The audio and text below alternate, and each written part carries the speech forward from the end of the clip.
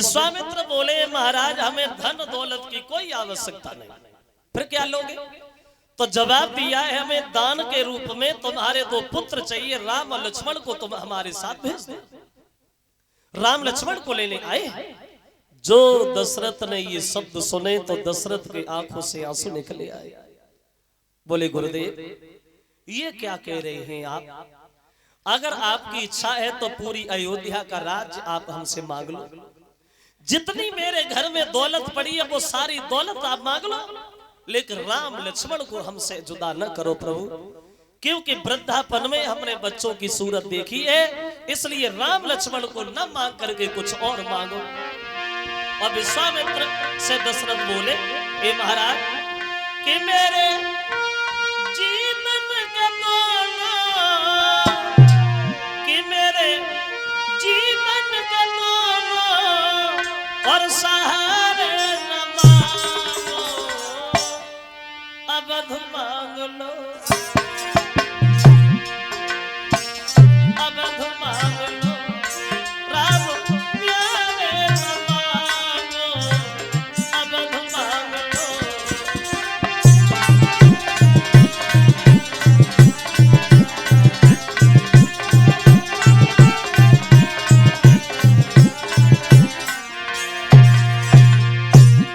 हे महाराज छोटी छोटी पैया पैदल ना चल पाए, छोटे हैं राम, अरे छोटी छोटी पैया पैदल ना चल पाए, छोटी नरम कलैया धनवाना धर पाए।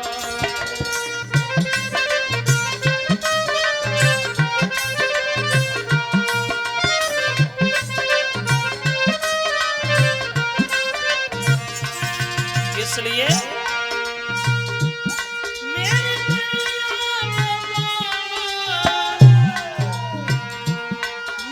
नैया के दोनों किनारे न मांगो, अवध मांग लो, अरे अवध मांग लो, राम प्यारे न मांगो, अवध मांग लो।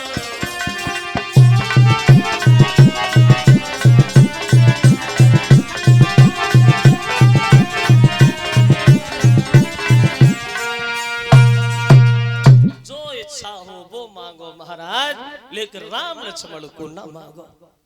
तो विश्वामित्र समझाने लगे सुनो दशरथ जी, जिन्हें तुम साधारण बालक समझ रहे हो, मोह जाल में फंस रहे हो, सच तो ये है ये कोई इंसान नहीं बल्कि भगवान है।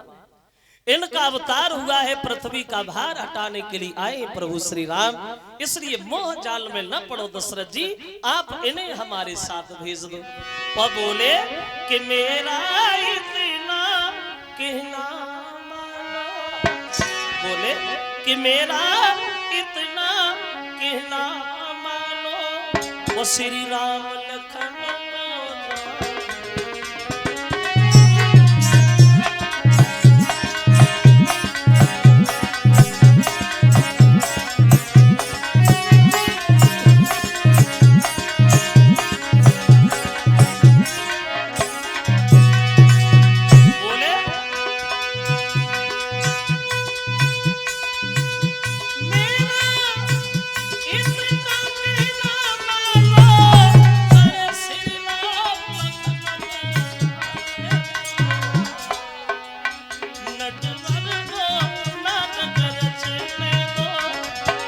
नटवर को नाटक रचने दो, भूतल का भार हटा।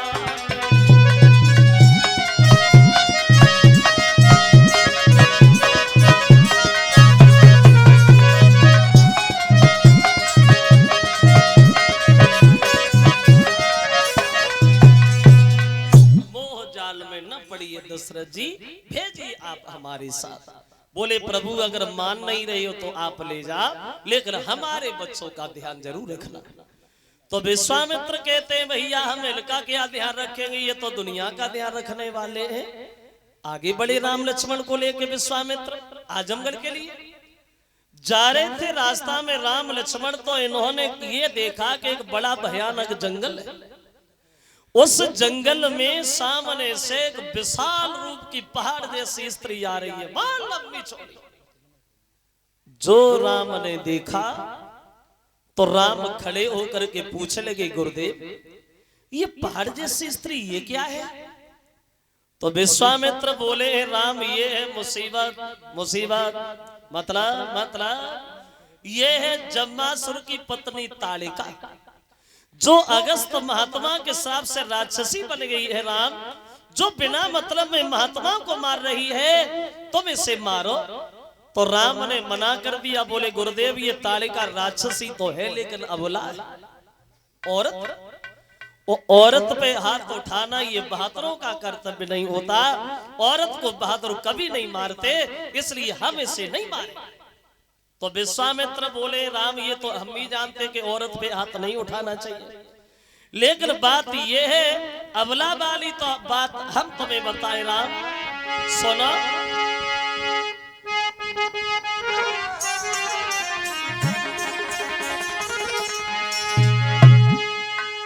अबला सबला हो जाती है, जब अपनी सी पे पल ही भी सम्मान करे, वो पल में अपमान कराती है, पल में अपमान कराती है।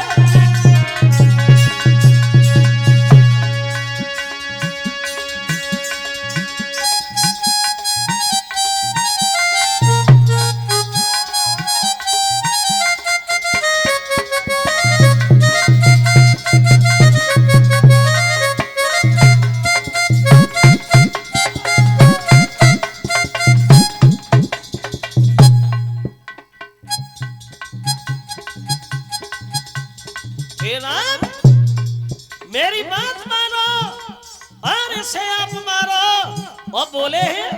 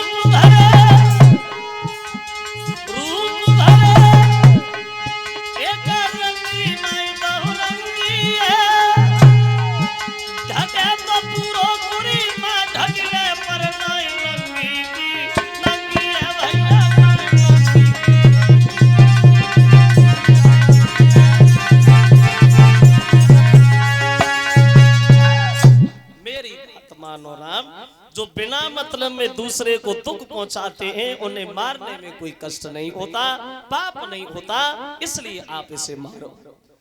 तो राम ने जीवन में पहली बार पहले बाण से उस राक्षसी तालिका का वध किया है।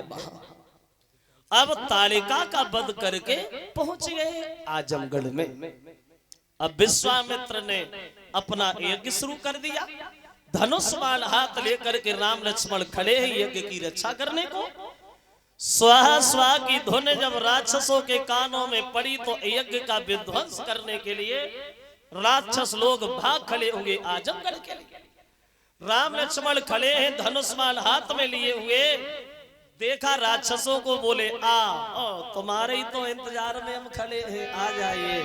अब वो दशा बनी है कि स्वाहा स्वाहा की धुन सुन के अब राक्षस सभी उमड़ जाए।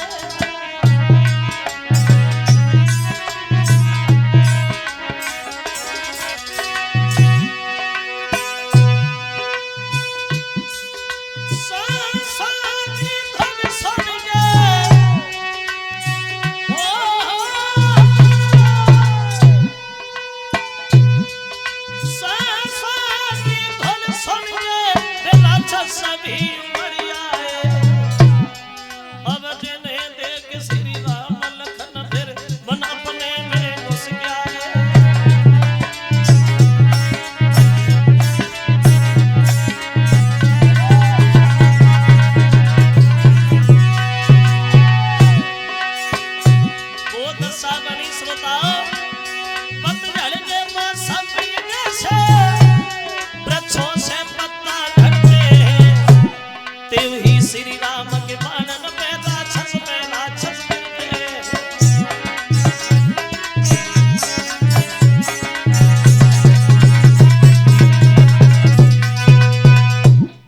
दशा बनी जैसे पतझड़ के मौसम में वृक्षों से पत्ता झड़ते हैं, ऐसे राम लक्ष्मण के बाणों पे राक्षस गिरते।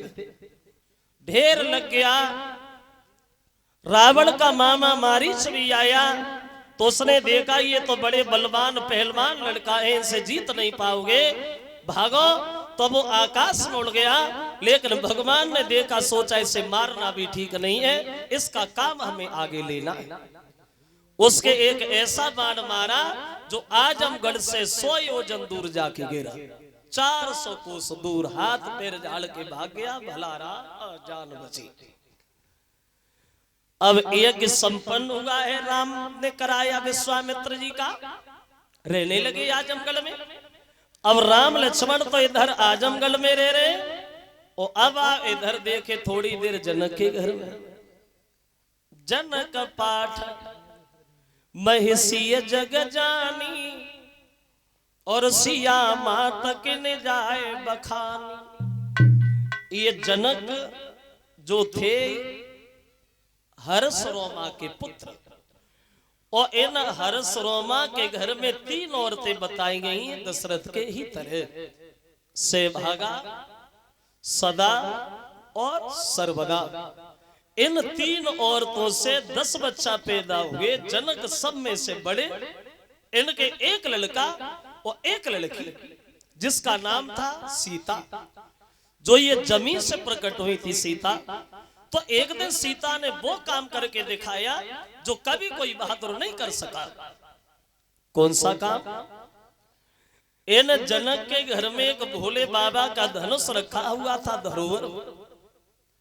और ये धनुष इतना वजनीक था जो कभी कोई बहादुर से हिला नहीं पाया। मगर एक दिन सीता ने उस धनुष को उठा लिया बचपन में। तो सीता की उम्र थी 5 साल 5 महीना 7 दिन की। ये धनुष जो था दधीच महात्मा की रीढ़ की हड्डी का बना हुआ था, पिना की हड्डी का। ये धनुष कब बना? बोले ये धनुष तब बना जब एक बार देवताओं के गुरु बृहस्पति देवताओं से नाराज हो गए। तो राक्षसों ने सोचा जब गुरु ही नाराज है तो उनकी सहायता कौन करेगा। तो मौका पाकर के राक्षसों ने धावा बोल दिया। तो देवता सब दुखी होकर के इधर उधर भागने लगे। तो ब्रह्मा जी से बोले प्रभु कोई उपाय बता, इन राक्षसों पे कैसे विजय हो। तो ब्रह्मा जी बोले काम करो इंद्र, दधीच महात्मा की तपस्या करते करते हड्डियां इतनी शक्तिशाली हो गई हैं जो एक वज्र का काम करेंगे। अगर तुम्हारे मांगने से उनकी हड्डियां तुम्हें मिल जाए तो इन राक्षसों पे विजय हो सकती है। अब वो इंद्र अपने मतलब को हल करने के लिए राजा से भिखारी बन गया, अपने मतलब को हल करने के लिए। तुलसीदास कहते सुर नर मोने सब ही की रीति, और स्वार्थ लाग करे सब प्रीति। तुलसीदास कहते हैं कि देवता भी मतलब ही, इंसान की बात तो छोड़ो, और ये 7 दिन का संसार 7 अक्षरों पे टिका है, अपना मतलब। कभी कहता है अरि मतलब के में बोले अरि मतलब के में कोई ना किसी का है प्यारा, मतलब के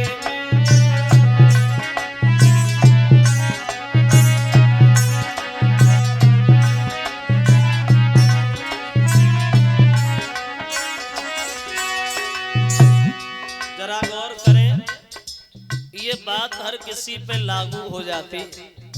जब तक बेल चलतो है हल में तब तक डारे चारा। जब तक बैल के शरीर में ताकत रहती है तब तक खूब खुशामद होती है। बजे गए चारों डारे आए, नाई खाओ तो रात पुराई आए, क्यों सवेरे हल चलाना है। जब तक बैल चलतो है हल में तब तक डारे चारा। और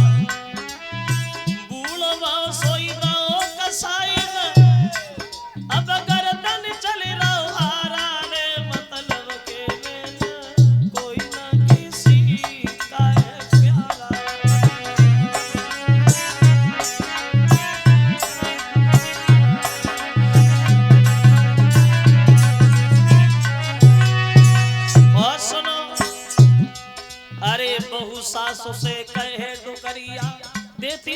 करारा काए अब का मतलब कि ना कुआ में ना गिर जाओ हमें का करना। अरे बहु सासु से कहे डुगरिया देती बाप करारा बच्चा तक मेरो नाई खिलावे मेरो खून चूसनारा रे मतलब के कोई किसी का है प्यारा।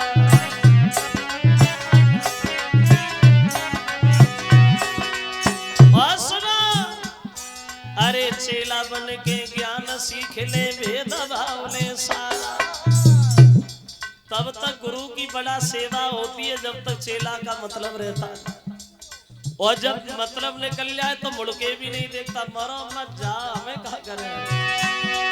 अरे चेला बन के ज्ञान सीख ले भेद भाव ले सारा जब सेवा को मौका लगे सोई अंगूठा करे सारा रे मतलब के कोई ना किसी का है प्यारा। इसलिए अरे अब वो सोच समझ ले बंदे मन में करो विचारा। अरे अब वो सोच समझ ले बंदे मन में करो विचारा कहीं प्रकार हरि नाम जपते फूले मोक्ष का द्वारा रे मतलब के कोई ना किसी का है प्यारा।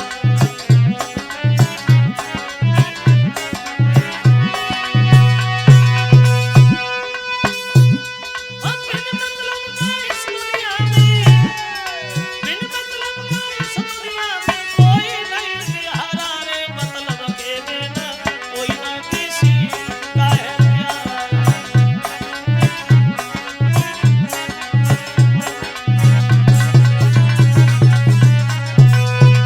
कहने का मतलब ये है इस वक्त तो भिखारी बन के इंद्र पहुंच गया महात्मा दधीच के आश्रम पे तो भिखारी बने हुए इंद्र को पहचान लिया बोले आओ इंद्रदेव तुम तो राजा हो और राजा होने के बाद में भिखारी बन के भिखारी के घर पे आए और कुछ तो मतलब है बिना मतलब के आए नहीं हो। तो इंद्र बोला प्रभु अब आपने हमें पहचान तो लिया ही है एक आस लाए निराश ना भेजना कहो। जवाब दिया देवताओं की जान आपके हित में है आप अपनी हड्डियां हमें दे दो। महात्मा ने सुना तो महात्मा जी हंसने लगे हड्डियां दे दो तो बुद्धि खराब है भाई इंद्र जब तक हम मरेंगे नहीं तब तक तुम्हें हड्डियां कैसे मिल जाएंगी और प्राण सबको प्यारे होते मरना तो कोई चाहता नहीं। इंद्र बोला महाराज आस है निराश न भेजो। तो देखो हमारे देश के त्यागी महात्मा दधीच बोले इंद्र सुना अगर आस लेके आए हो तो हम तुम्हें निराश नहीं भेजेंगे। वैसे तो ये इंसान का शरीर अमूल्य है इसका कोई मूल्य नहीं लेकिन मरने के बाद किसी के काम का नहीं है। हमारा सौभाग्य है जो मरने के बाद में भी देवताओं के काम में आए। हम समाधि खींच रहे और तुम काम ढेल को बुलवा करके हमारे खाल और मांस को चटवा लेना। खाल मांस जब कुछ न रहे तो तुम हमारी हड्डियां निकाल करके अपने काम में लगा लेना। यों कह के ऋषिराज ने उबली समाधि तत्काल सोई जय जय कह के देवगण विगमने अस्त्र निकाले और नई हड्डियन से बने फिर विविधि भांति हथियार तो जिनके ही द्वारा हुआ उन राक्षस का संहार। उन दधीच महात्मा की हड्डियों से तरह तरह के औजार बनाए गए जो राक्षसों में विजय पाई। एक वज्र बना था जो इंद्र को दिया गया था। दो धनुष बने थे एक धनुष विष्णु भगवान को मिला था एक धनुष शंकर जी को दिया था। ये भोले बाबा का धनुष जनक के घर पे रखा हुआ था और जनक की 19 पीढ़ी पहले से रखा हुआ था और ये धनुष इतना भारी था कभी कोई बहादुर नहीं हिला पाया था। लेकिन एक दिन सीता ने धनुष को उठा लिया था। बोले कब उठाया था? बोले तब उठाया था जो सीता की उम्र थी 5 साल 5 महीना 7 दिन की तब उठाया।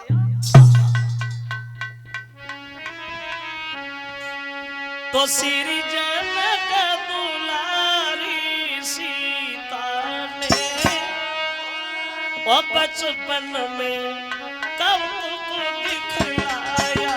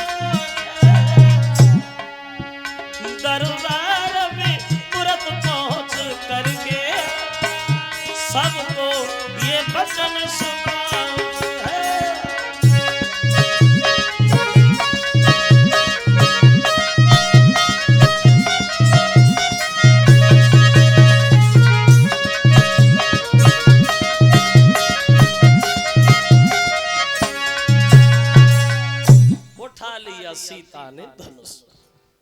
और जब जनक ने ये दृश्य देखा तो मन में विचार किया, बाजी बा, आज हमारी बेटी ने वो काम करके दिखाया है जो दुनिया भर में कोई नहीं कर सका। तो क्यों ना हम ये फैसला करें, जो भी भोले बाबा के धनुष को तोड़ेगा वो ही हमारी बेटी सीता के साथ रिश्ता जोड़ेगा। और देखो, वैसे लड़की से लड़का योग्य होना अति आवश्यक हुआ करता है। अगर लड़की ज्यादा पढ़ी लिखी है तो लड़का भी उससे ज्यादा पढ़ा लिखा होना चाहिए। अगर लड़की ज्यादा पढ़ी है लड़का कम पढ़ा है तो बनेगी नहीं। वो जमाना अलग था, अब जमाना अलग है। अब जमाना बदल गया है, वो तो ब्याह ही छोड़े जाते हैं। तो हंस रहे हम, साची कह रहे, जमाने में बदलाव आ गया। जैसे कुंडलियां मिलवाते ना, लड़का लड़की की कुंडली मिलवाते शादियों, एक दिन हमारे दिमाग में आया कि लड़का लड़की की कुंडली न मिलवाई जाए, लड़की की सास की कुंडली बहुत जरूरी है, क्योंकि सास और बहू में कम बनती है। तो जनक ने यही मन में सोचा और दरबार में जाकर के सबसे एक बात कही है, भैया देखो, आज हमारी बेटी ने वो काम करके दिखाया है जो दुनिया भर में कोई भी बहादुर नहीं कर सका। तो चारों तरफ ये खबर भेज दो, जो भी भोले बाबा के धनुष को तोड़ेगा वही हमारी बेटी सीता के साथ रिश्ता जोड़ेगा। अब खबर भेज दी गई चारों तरफ। अब धनुष तोड़ने के लिए, सीता से शादी करने के लिए बहादुरों की कतारें लगने लगी जनकपुर में। खबर मिली विश्वामित्र को के सीता का स्वयंवर है, तो राम से बोले, बेटा इधर ही क्या करोगे, चलो जनकपुर में चलते स्वयंवर ही देखे आए। बोले चलो। अब क्वार के महीना की शुक्ल पक्ष की द्वादशी वाले दिन चले प्रभु श्री राम। तो पकड़ के खबर स्वयंवर की श्री जनक राज के धाम चले। अब क्वार शुक्ला द्वादशी को गुरु के संग में श्री राम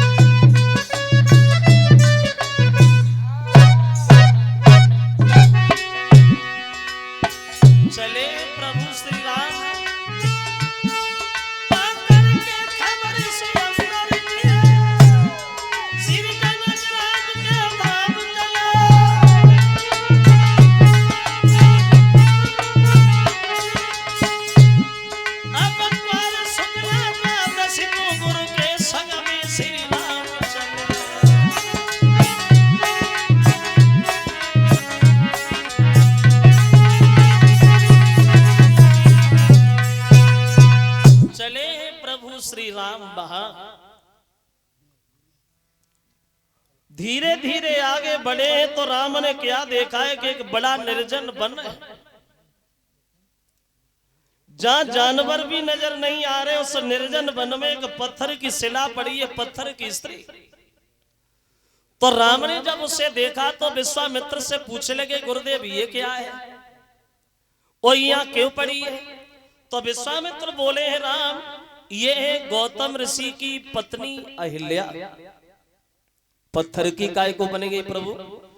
बोले इनके पति ने श्राप दिया है। राम क्यों श्राप दिया? सुनो, ये अहिल्या जो थी ये देखने में बहुत सुंदर थी, बहुत सुंदर। एक दिन अहिल्या जो थी वो बाग में फूल तोड़ने के लिए गई और जब अहिल्या फूल तोड़ने बाग में गई है तो इंद्र ने इसे देख लिया। बहुत सुंदर थी अहिल्या। अरे थी जो चंद्र